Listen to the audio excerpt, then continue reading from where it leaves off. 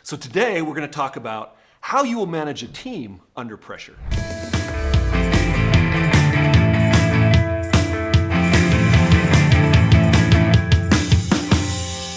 So think about what happens on a daily basis. You've got a client that's demanding a product delivery. You've got a project that has a deadline that's coming up. You have your boss that is breathing down your neck. These are all things that can create pressure. And how you behave under pressure is so important. So today I'm going to share with you 4 ways that different people show up when they're under pressure and what that does to the team. Most of us are under pressure every single day. We have deadlines, we have deliverables, we have all kinds of people that depend on us. All of these things are good. That means we're in business. That means we have work to do. But the work we have to do can sometimes cause us to be less productive and efficient than we otherwise could be. You see, when we're under pressure, what happens is our brains start to release cortisol. They start to release adrenaline. And what do these things do? They actually speed up your heart rate so that you can be more focused and function faster and work harder. You think, well, that's great. Well, there's one problem with that. And that is it reduces your ability to think clearly. It causes you to behave in predictive and patterned ways. And some of those ways are helpful, and other times those ways are preventing you from having the success that you want to have. Even in small amounts, these chemicals can inhibit your cognitive abilities. I like to think of it as thinking impaired. Your decision-making ability is reduced. Your ability to effectively, positively influence your team is also reduced. Under pressure, you will have one of 4 patterned responses that will prevent you from having the success that you want to have. The first is what we call a dictatorial steamroller. Under pressure, people with this style begin to disregard other people's feelings. They dictate orders. They override other people's opinions. They're not willing to listen. They can come across very strongly. Think about what that does to engagement on a team. The second style is what we call a verbal attack. This is when you feel cornered or pressured or frustrated or even upset, or maybe you've run out of energy. And in this case, you might over-explain. You might just talk too much. To put it nicely, you just can't shut up. You have a hard time being quiet.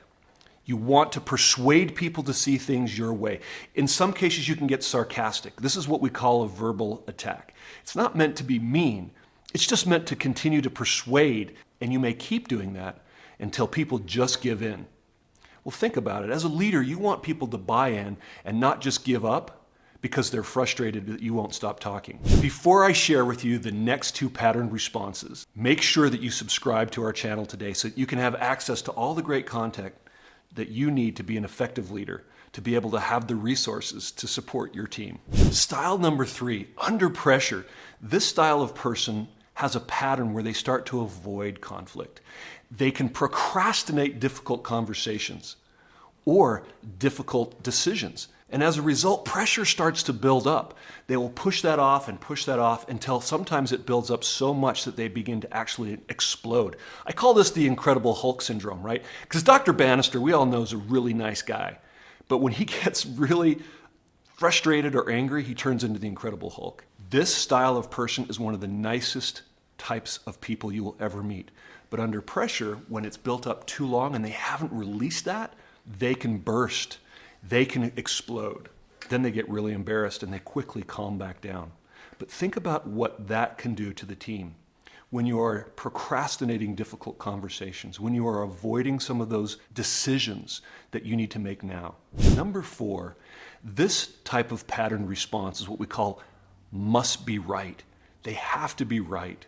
This is a type of person that is so focused on accuracy, on detail. They've done so much work and research that if your research isn't as meticulous and accurate as theirs, they will bury you with the facts. They will challenge your knowledge. They will challenge your information. This is a style of leadership that can show inflexibility in their words and their deeds.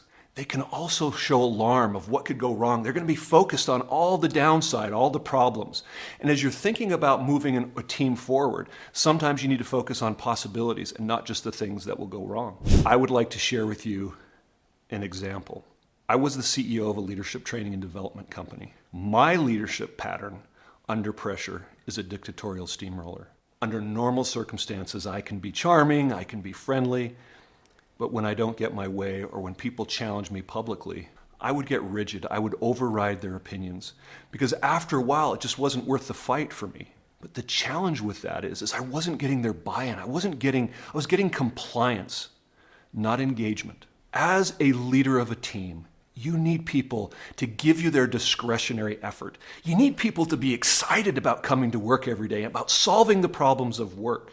But as those pressures build up, as the difficulties of the workplace increase, the opportunity for you to go to your patterned responses also increases. And for me, that had negative impacts on the team. I would become abrupt and direct. Now, what was interesting is I cared about my team. I wanted their success. But as I told you in the beginning, under pressure, we're not thinking clearly, we're acting, we're not thinking.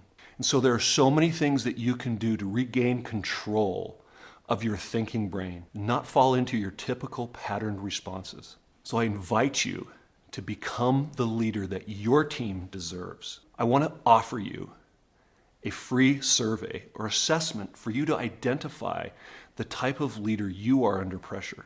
When you're aware of that and you're willing to admit that that happens to you under pressure, you can begin to be the leader that your team deserves. I shared with you what happens to me under pressure. When I talk to people all the time, they say, I can't believe that about you. Well, because it's taken hard work.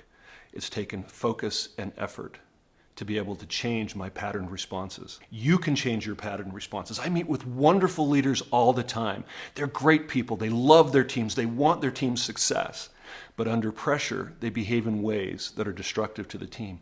And once they have that awareness of how they show up under pressure, they can begin to take action to shift in very small ways. Sometimes we think we have to make big shifts in how we show up, but sometimes it's just a little tiny change in what you're doing that makes a big difference to your team. So in order to get your free survey today, go and click on the link below in the description. I can't wait to share this with you.